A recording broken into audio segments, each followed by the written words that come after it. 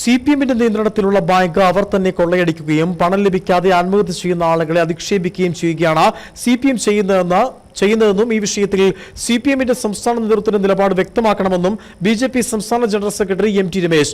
സത്യത്തിൽ മാനസിക നില തെറ്റിയിരിക്കുന്നത് ഇടുക്കി ജില്ലയിലെ CPMന്റെ നേതൃത്വത്തിലാണെന്നും MT രമേശ് കട്ടപ്പനയിൽ പറഞ്ഞു. കട്ടപ്പനയിൽ നിക്ഷേപകനായ സാബു ആത്മഹത്യ ചെയ്ത വിഷയത്തിൽ CPMന്റെ നേതാക്കന്മാർക്കെതിരെ കൊലക്കുറ്റത്തിന് കേസെടുക്കണമെന്നും അദ്ദേഹം ചൂണ്ടിക്കാണിച്ചു.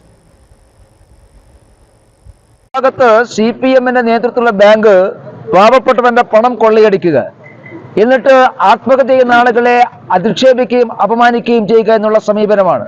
അതുകൊണ്ട് CPMന്റെ സംസ്ഥാന നേതൃത്വം ഈ കാര്യത്തിൽ നിലപാട് വ്യക്തമാക്കണം.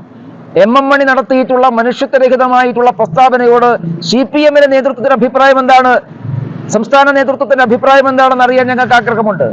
സത്യത്തിൽ മാനസിക നില തെറ്റിയിട്ടുള്ളത് ഇടുക്കി ജില്ലയിലെ CPM നേതൃത്വത്തിനാണ്. അതുകൊണ്ട് അവരെയാണ് ചികിത്സിക്കേണ്ടത്.